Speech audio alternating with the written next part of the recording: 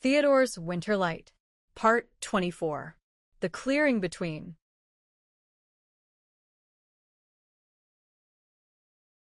Lena packed slowly that morning, not because she was uncertain, but because she wanted to carry the right things: a fresh notebook, a bundle of charcoal pencils, a sprig of rosemary wrapped in cloth, and the drawing Eli had sent, the child with the pine cone beside the lantern. Clara watched from the doorway, her hands wrapped around a mug of tea. "You'll know him when you see him," she said. "I already do," Lena replied.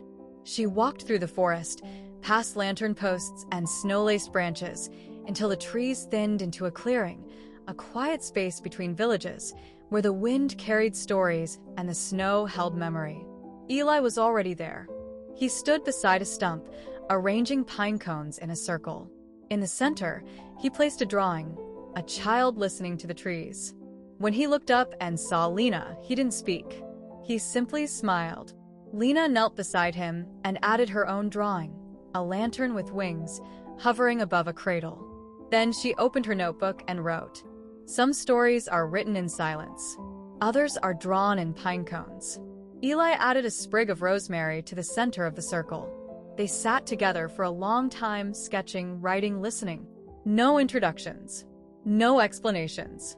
Just the quiet understanding of two people who had carried light through winter. Before they parted, Lena handed Eli a folded page from her notebook.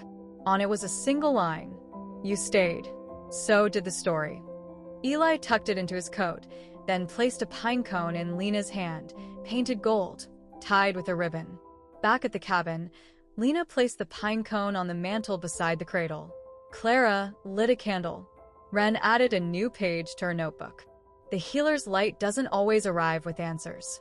Sometimes, it arrives with someone who's been waiting. Outside, the forest listened. Inside, the light endured.